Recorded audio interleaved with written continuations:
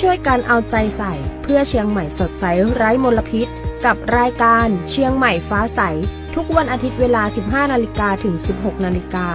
ทางคลื่น FM 93.25 เมกะเฮิรตซ์ FM 98 เมกะเฮิรตซ์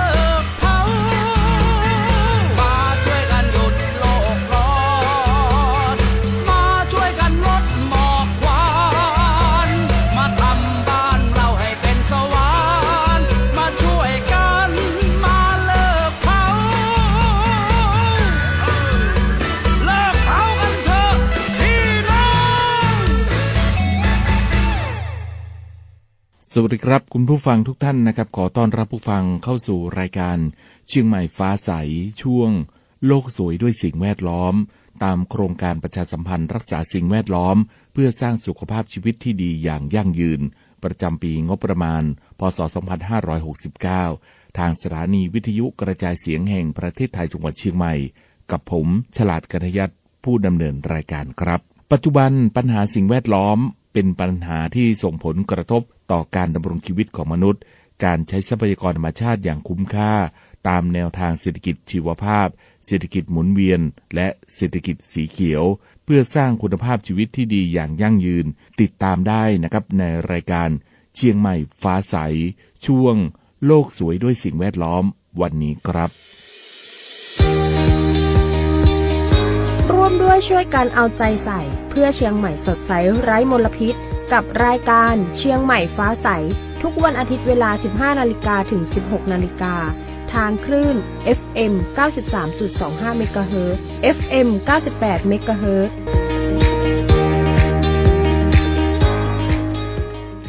กลับเข้าสู่รายการเชียงใหม่ฟ้าใสช่วงโลกสวยด้วยสิ่งแวดล้อมนะครับช่วงนี้ไปติดตามเรื่องของ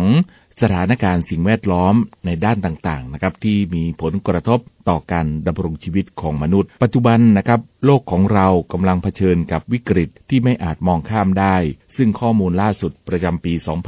2024 นะครับก็ได้เปิดเผยนะครับว่าการปล่อยก๊าซคาร์บอนไดออกไซด์จากกิจกรรมที่เกี่ยวข้องกับพลังงานทั่วโลกเพิ่มขึ้นร้อยละ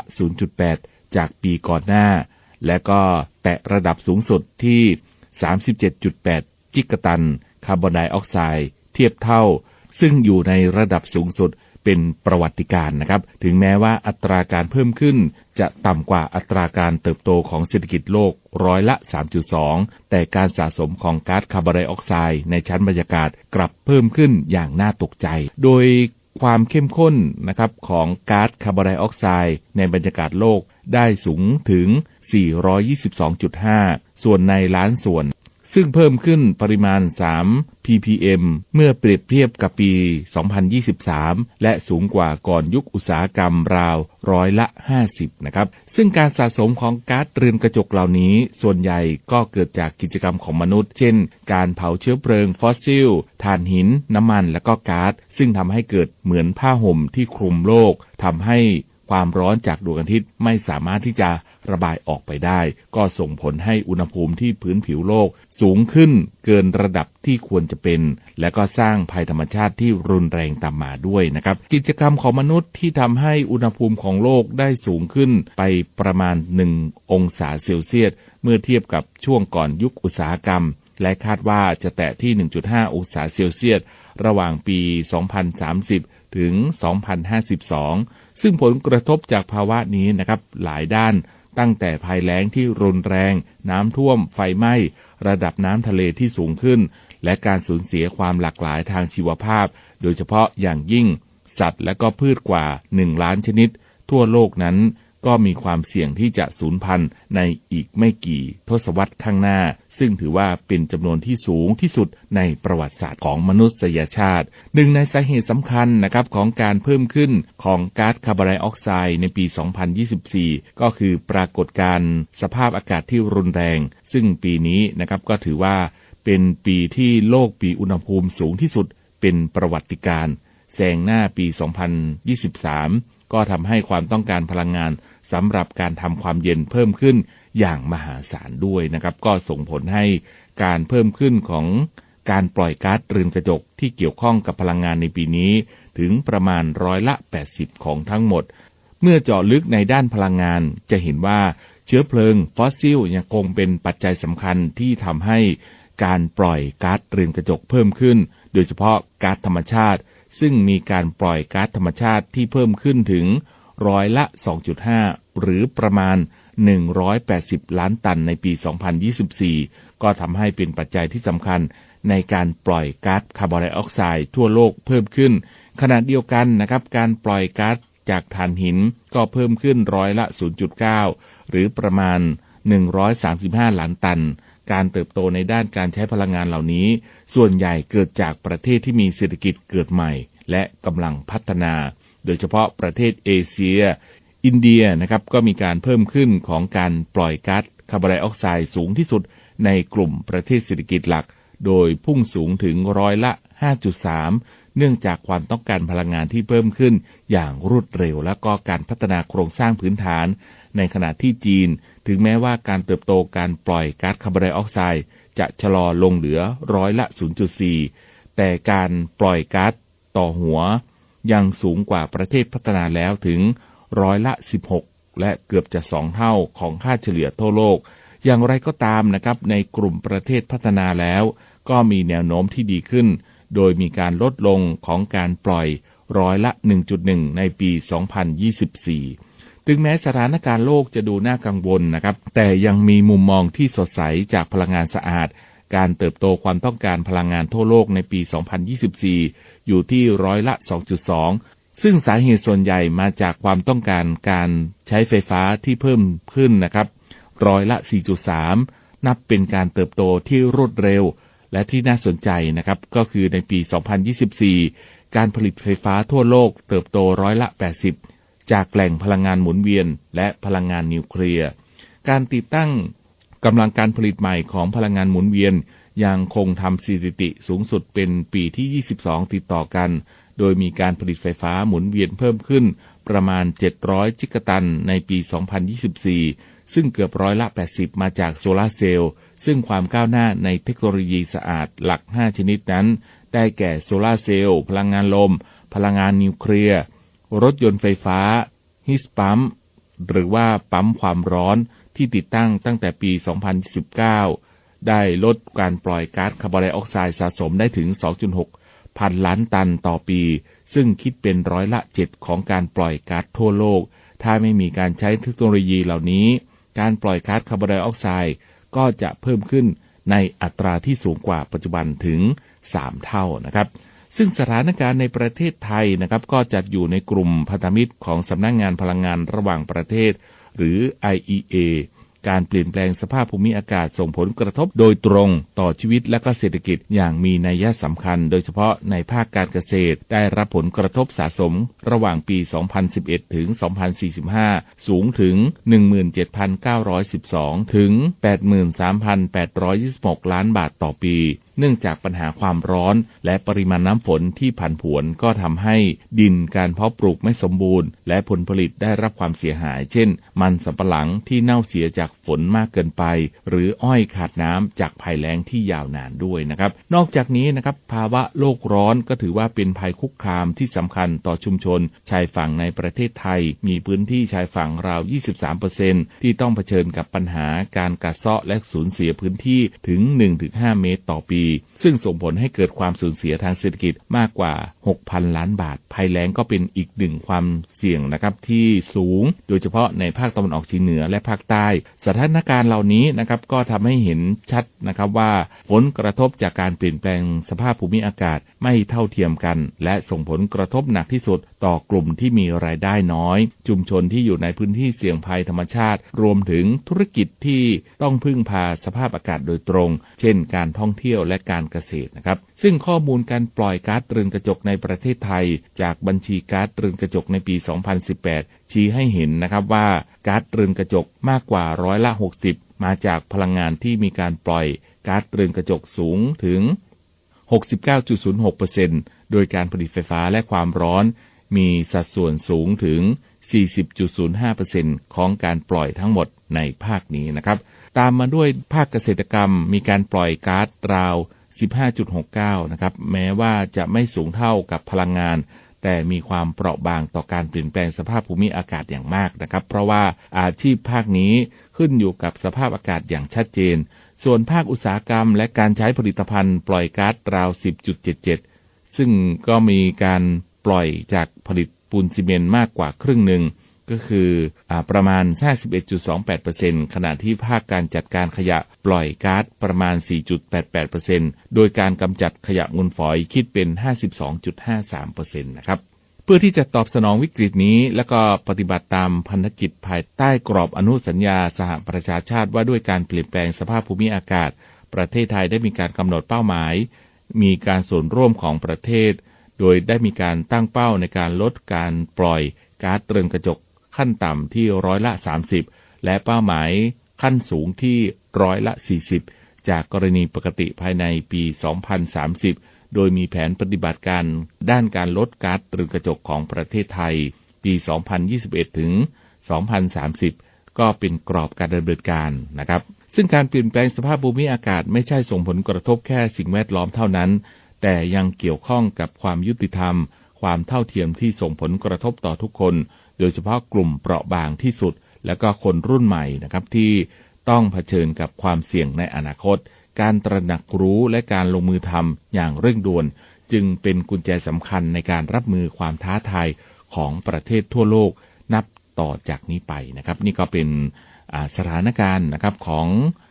สิ่งแวดล้อมโลกนะครับนำมาให้ผู้ฟังได้ติดตามรับฟังกันนะครับกับรายการเชียงใหม่ฟ้าใสช่วงโลกสวยด้วยสิ่งแวดล้อมนะครับ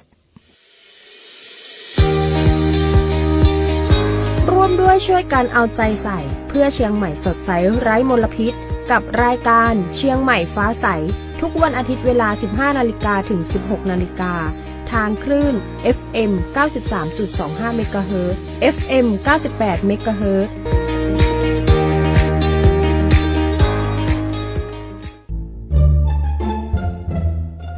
ดำกะดำเหม็นกะเหม็นยุงกะหนักแมงงนกะหนักกะหลายเชื้อโรคซับปะบ่มีความรับผิดชอบเข้า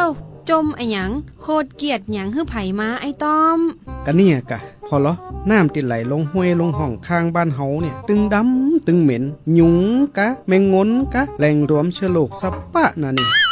สาเหตุติแยะฮือแม่น้ำห้วยหนองคลองบึงเน่าเสียมาจาก3แหล่งด้วยกันเนอไอตอม 1. แหล่งน้ำเสียที่เกิดจากชุมชนการทิ้งขยะลงแม่น้ำลำคลองอยู่เป็นประจำรวมถึงการปล่อยน้ำเสียจากบ้านเรือนที่ปล่อยน้ำทิ้งจากการซักผ้าร้านค้าปล่อยน้ำทิ้งที่มีคราบไขมันปนกับเศษอาหารยะฮือน้ำเสียซัดน้ำกระต่าย 2. แหล่งน้ำเสียที่เกิดจากอุตสาหกรรมเช่นการปล่อยน้ำทิ้งจากโรงงานอุตสาหกรรมซึ่งปนเปื้อนสารเคมีต่างๆเช่นกากน้ำตาลสารย้อมผ้า 3. แหล่งน้ำเสียที่เกิดจากเกษตรกรรมเช่นการระบายน้ำจากสวนไร่นาที่มีการปนเปื้อนสารเคมีจากการเกษตรเช่นยาฆ่าแมลงยากำจัดศัตรูพืชปุ๋ยเคมีลงสู่แม่น้ำลำคลองไอตอมฟังน้องอยู่กันนี่ฟังอย่างเดียวบ่เกิดประโยชน์ละน้องแม่เอ้ยพี่น้องเฮาช่วยกันจิ้มเน้อบ่ดีเอาขยะมาขวางรวมจนถึงน้ำเน่าน้ำเสียระบายลงแม่น้ำลำคลองห้วยห้องหนองคลองบึงอย่างน้องแม่มเปิ้นว่าเน้อน้ำจะได้บ่ดำบ่เหม็นยุงก็บ่มีแมงงนก็บ่หลายบ่เป็นแหล่งรวมเชื้อโรคด้วยเน้อมาร่วมกันรณรงค์คลองสวยน้ำใสใส่ใจสิ่งแวดล้อมลดรับลดให้ลดใช้ถุงพลาสติกกลับเข้าสู่รายการเชียงใหม่ฟ้าใสช่วงโลกสวยด้วยสิ่งแวดล้อมช่วงนี้นะครับไปติดตามเรื่องของการลดในเรื่องของก๊าซเรือนกระจกกันนะครับซึ่งก็มีการใช้ในส่วนของทรัพยากรธรรมชาติอย่างคุ้มค่าตามโมเดลเศรษฐกิจ BCG Economy ในการลดมลภาวะต่างๆที่ส่งผลเสียต่อสุขภาพสร้างอากาศที่ดีและก็สังคมที่น่าอยู่ได้อย่างยั่งยืนนะครับ BCG Economy คืออะไรนะครับ BCG ย่อมาจาก Bio Economy Circular Economy และ Green Economy ซึ่งก็เป็น3แนวคิดที่ได้มีการผสมผสานเพื่อที่จะสร้างระบบเศรษฐกิจที่ใช้ทรัพยากรอย่างคุ้มค่าลดของเสียและเป็นมิตรกับสิ่งแวดล้อมนะครับ Bio Economy นะครับหรือว่าเศรษฐกิจชีวภาพก็คือการใช้ทรัพยากรชีวภาพพืชสัตว์จุลินทรีย์อย่างมีประสิทธิภาพนะครับมีการเพิ่มมูลค่าสินค้าเกษตรผ่านนวัตกรรมเช่นการสกัดสารสำคัญจากพืชสมุนไพร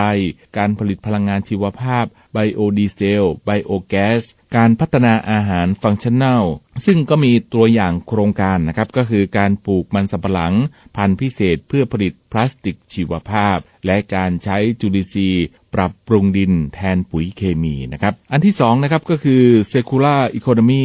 เศรษฐกิจหมุนเวียนนะครับก็คือการลดการสร้างขยะโดยนำของเสียกลับมาใช้ใหม่หลักการ Zero Waste ในกระบวนการผลิตตัวอย่างการประยุกต์ใช้เกษตรกรรมนะครับก็คือใช้พืชเหลือทิ้งทำปุ๋ยหมักน้ำเสียจากฟาร์มสุกรผลิตก๊าซชีวภาพในภาคอุตสาหกรรมนะครับก็จะมีการ Upcycling นะครับก็คือวัตถุเหลือใช้เช่นกากกาแฟทำเป็นถ่านดูดซับกลิ่นระบบรีไซเคิลประจุภัณฑ์เกษตรนะครับนี่ก็เป็นตัวอย่างของเศรษฐกิจหมุนเวียนนะครับส่วนอันที่3นะครับก็คือ Green Economy ก็เป็นเศรษฐกิจสีเขียวนะครับมีการพัฒนาธุรกิจโดยคำนึงถึงสิ่งแวดล้อมลดคาร์บอนฟุตปรินท์ตัวอย่างนะครับก็คือเกษตรอินทรีย์นะครับก็คือ Organic Farming การท่องเที่ยวเชิงนิเวศพลังงานสะอาดโซลาร์เซลล์ในฟาร์มนะครับ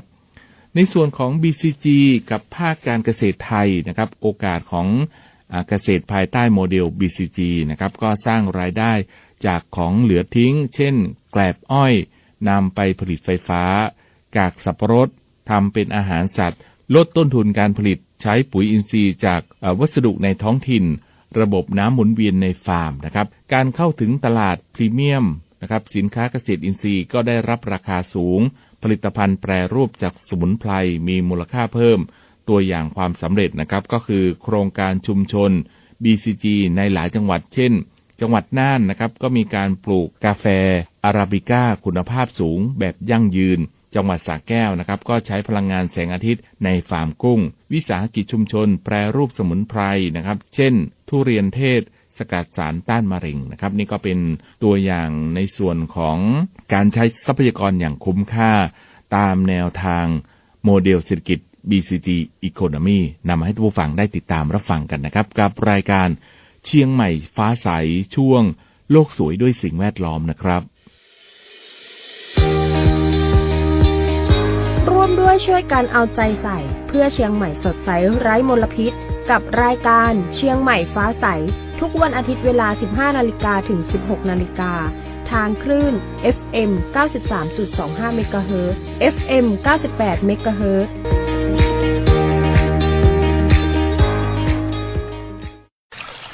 โอ้ยนอจะขว้างไอ้หยังกันล้ำเหลือนี่อุตส่าห์มาแอลที่นี่การว่าจะมาสูดอากาศบริสุทธิ์สบายหูสบายตาสักกำที่ไหนได้ลมพัดขี้เงียบปิวเบ้อ จมหยังป้าสีแอลแบบเป็นแอลแล่ เป็นดีโจมก็เฮาก็ตัวรีวิวเปิ้นมากะว่าจะมาแอลเปิดหูเปิดตาสักกำพอเนี้ยลมพัดมาถุงพลาสติกวะขวดวะเหี่ยเบ้อทางขี้เงียก็มีเนี่ยได้บ่ขว้างกันนี่ จะอีกกระตึงแย่เนาะป้าสีแล้วไผ่ตังใดเปิ้นจะมาแอลบ้านเฮาแหมนี่ไผ่ตังใดก็มีกะขี้เงียไอคือเปิ้นแต่ คนเฮาก็ต้องมีจิตสำนึกในการฮักสิ่งแวดล้อมร่วมกันขว้างขี้เงียต้องให้เป็นตี้ขว้างลงถังให้ถูกประเภทขี้เงียบางอย่างมันเอาไปรีไซเคิลได้ขายต่อได้คนเก็บก็มาเก็บไปจัดการต่อได้ง่ายและเนี่ยแหล่งท่องเที่ยวตัวยแล้วไผ่เปิ้นจะให้ปิกมาแอลแหมซกกระปกขนาดนี้ของใจอี้มันหน้าที่ของกู้คนเลยเนาะป้าสีมันจะเป็นไผ่คนใดคนหนึ่งบ่ได้นะโอ้แม่นล่ะกะว่าอันอีเฮาเก็บแถวๆนี้ไปขว้างทางขี้เงียก่อนต้องช่วยกันคนละไม้คนละมือเนอะสิ่งดีๆจะอี้เฮาจะเผยแพร่ต่อให้คนได้มีจิตสำนึกกันนักๆไปเก็บเนี่ยเบ้อนะกลับเข้าสู่รายการเชียงใหม่ฟ้าใสช่วงโลกสวยด้วยสิ่งแวดล้อมในช่วงนี้นะครับก็มีแนวทางในเรื่องของการจัดการปัญหาการปล่อยก๊าซเรือนกระจกแล้วก็ร่วมกันนะครับในการแก้ไขวิกฤตสภาพภูมิอากาศด้วย10วิธีดังต่อไปนี้นะครับร่วมคิดร่วมทำนะครับสู่ความยั่งยืนเพื่อโลกของเราซึ่งวิถีชีวิตของเรานะครับก็ส่งผลกระทบอย่างมากต่อโลกการตัดสินใจของเราจึงมีความสำคัญราว2 ใน 3ของการปล่อยก๊าซเรือนกระจกทั่วโลกมาจากภาคครัวเรือนหรือระดับบุคคลภาคพลังงานอาหารแล้วก็การขนส่งซึ่งก็เป็นปัจจัยสำคัญในชีวิตของเราที่มีการปล่อยมลพิษประมาณ20%ด้วยเหตุผลนี้เราทุกคนจึงสามารถสร้างความแตกต่างได้ตั้งแต่ไฟฟ้าที่เราใช้อาหารที่เรารับประทานไปจนถึงวิธีการที่เราเดินทางซึ่งก็มี10วิธีดังต่อไปนี้นะครับหรือว่ามีเรื่องของการดาวน์โหลดแอปเพื่อที่จะดูข้อมูลเพิ่มเติมบันทึกการมีส่วนร่วมของท่านได้นะครับการประหยัดพลังงานที่บ้านนะครับซึ่งการผลิตไฟฟ้าและความร้อนส่วนใหญ่ก็ใช้พลังงานจากถ่านหินน้ำมันและก๊าซเราก็สามารถที่จะใช้พลังงานให้น้อยลงได้ด้วยการปรับระดับการทำความร้อนแล้วก็ความเย็นให้ต่ำลงเปลี่ยนมาใช้หลอดไฟ LED แล้วก็เครื่องใช้ไฟฟ้าประหยัดพลังงานซักผ้าด้วยน้ำเย็นหรือการตากผ้าแทนการใช้เครื่องอบผ้านะครับเดินปั่นจักรยานนะครับหรือใช้ระบบขนส่งสาธารณะถนนทั่วโลกนะครับแน่นขนาดไปด้วยยานพาหนะซึ่งส่วนใหญ่ใช้น้ำมันดีเซลหรือเบนซินเป็นเชื้อเพลิงการเดินหรือว่าขี่จักรยานแทนการขับรถก็จะช่วยกันปล่อยก๊าซเรือนกระจกทั้งยังช่วยเสริมสร้างสุขภาพและความแข็งแรงอีกด้วยนะครับหากท่านต้องเดินทางไกลลองเปลี่ยนมาโดยสารรถไฟหรือรถประจำทางแล้วก็ติดรถไปกับผู้อื่นเมื่อทำได้นะครับรับประทานผักให้มากขึ้นแค่รับประทานผักผลไม้ธัญพืชเต็มเมล็ดพืชตระกูลถั่วและเมล็ดพืชมากขึ้นและก็ลดเนื้อสัตว์และผลิตภัณฑ์จากนมให้น้อยลงท่านก็จะสามารถที่จะลดผลกระทบต่อสิ่งแวดล้อมได้อย่างมากโดยทั่วไปนะครับกระบวนการผลิตอาหารที่มาจากพืชก็จะสร้างก๊าซเรือนกระจกน้อยกว่าและยังใช้พลังงานที่ดินและก็น้ำน้อยกว่าด้วยนะครับเลือกวิธีการเดินทางนะครับเครื่องบินใช้เชื้อเพลิงฟอสซิลอย่างมหาศาลและการปล่อยก๊าซเรือนกระจกจำนวนมากการนั่งเครื่องบินให้น้อยลงจึงเป็นหนึ่งในวิธีที่เร็วที่สุดในการลดผลกระทบต่อสิ่งแวดล้อมหากทำได้นะครับให้ท่านนั้นนัดพบกันในทางออนไลน์ขึ้นรถไฟหรือยกเลิกการเดินทางระยะไกลนั้นไปเลยนะครับรับประทานอาหารให้หมดทุกครั้งที่ท่านทิ้งอาหารท่านกำลังทิ้งทรัพยากรและก็พลังงานที่ใช้ในการเพาะปลูกเลี้ยงผลิตบรรจุและการขนส่งอาหารนั้นๆและอาหารที่บูดเน่าอยู่ในบ่อขยะก็จะปล่อยก๊าซมีเทนซึ่งเป็นก๊าซเรือนกระจกที่รุนแรงมากขึ้นดังนั้นรับประทานอาหารที่คุณซื้อมาให้หมดและส่วนที่เหลือให้หมักทำปุ๋ยนะครับลดใช้ซ้ำซ่อมแซมและ รีไซเคิลนะครับอุปกรณ์ไฟฟ้าเสื้อผ้าและก็สินค้าอื่นๆที่เราซื้อนั้นล้วนแต่ก่อให้เกิดการปล่อยก๊าซคาร์บอนไดออกไซด์ณจุดใดจุดหนึ่งของการผลิตตั้งแต่การหาวัตถุดิบไปจนถึงการผลิตการขนส่งสินค้าสู่ตลาดท่านสามารถที่จะช่วยรักษาสภาพอากาศของเราด้วยการซื้อให้น้อยลงซื้อของมือสองซ่อม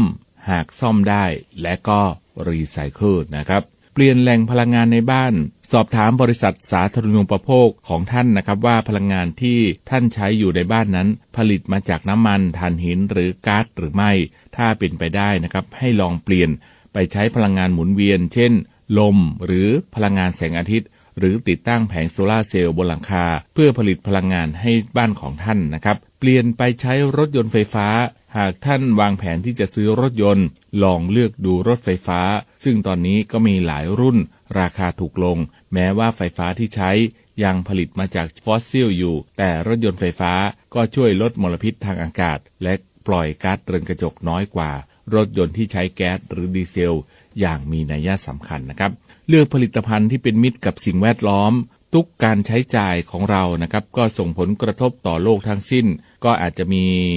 เลือกสนับสนุนสินค้าและบริการใดเพื่อที่จะลดผลกระทบต่อสิ่งแวดล้อม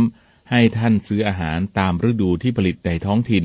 เลือกผลิตภัณฑ์จากบริษัทที่ใช้ทรัพยากรอย่างมีความรับผิดชอบและก็มุ่งมั่นที่จะลดการปล่อยก๊าซเรือนกระจกและก็ของเสียด้วยนะครับ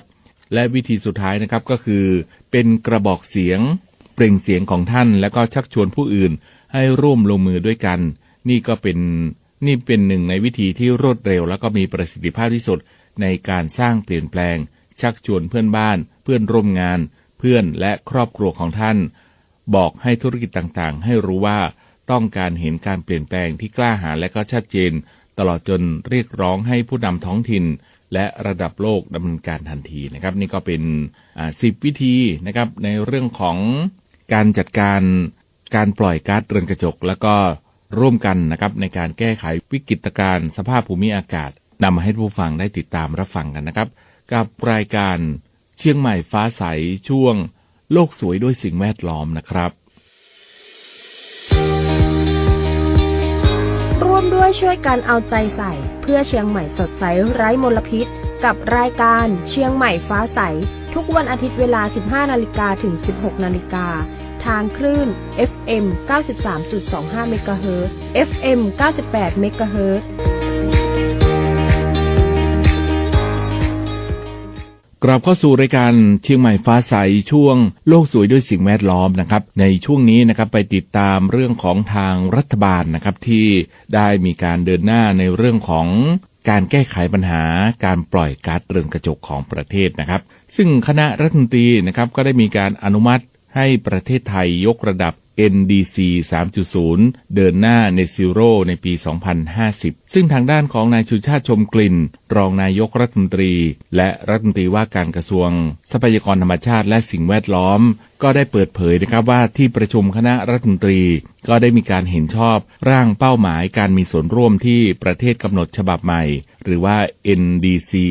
3.0 ซึ่งเป็นหมุดหมายสำคัญในการเร่งในการลดการปล่อยก๊าซเรือนกระจกของประเทศเพื่อที่จะรับมือวิกฤตสภาพภูมิอากาศและก็สอดคล้องกับเส้นทางจำกัดอุณหภูมิโลกไม่ให้เกิน 1.5 องศาเซลเซียสซึ่งไฮไลท์สำคัญนะครับของ NDC 3.0 ก็คือได้มีการเร่งเป้าหมาย Net Zero ให้เร็วขึ้น 15 ปีลดการปล่อยก๊าซเรือนกระจกในทุกภาคเศรษฐกิจภายในปี 2578 หรือคศ. 2035 เพิ่มพื้นที่ป่าและแหล่งดูดกลับคาร์บอนวางแผนดึงเม็ดเงินลงทุนสีเขียวจากต่างประเทศกว่า 230,000 ล้านบาทช่วยลดก๊าซเรือนกระจกได้รวม 32.8 ล้านตันคาร์บอนไดออกไซด์เทียบเท่าซึ่งการยกระดับเป้าหมายนี้ไม่เพียงเป็นการร่วมสู้วิกฤตโลกแล้วนะครับยังเป็นโอกาสทางเศรษฐกิจครั้งใหญ่ของประเทศไทยด้วยนะครับก็มีการเพิ่มความสามารถในการแข่งขันการค้าโลกดึงดูดการลงทุนสีเขียวสร้างอุตสาหกรรมและงานใหม่ในอนาคตเดินหน้าเศรษฐกิจคาร์บอนต่ำอย่างยั่งยืนประเทศไทยก็พร้อมที่จะประกาศความมุ่งมั่นในเวทีโลกในการประชุมCOP30 ที่เมืองเบลิง ประเทศบราซิลด้วยนะครับนี่ก็เป็นเรื่องราวข่าวสารนะครับในส่วนของทางรัฐบาลนะครับที่ได้มีการส่งเสริมในเรื่องของการลดการปล่อยก๊าซเรือนกระจกนะครับนำมาให้ผู้ฟังได้ติดตามรับฟังกันกับรายการเชียงใหม่ฟ้าใสช่วงโลกสวยด้วยสิ่งแวดล้อมนะครับร่วมด้วยช่วยกันเอาใจใส่เพื่อเชียงใหม่สดใสไร้มลพิษกับรายการเชียงใหม่ฟ้าใสทุกวันอาทิตย์เวลา 15 นาฬิกาถึง 16 นาฬิกาทางคลื่น FM 93.25 เมกะเฮิรตซ์ FM 98 เมกะเฮิรตซ์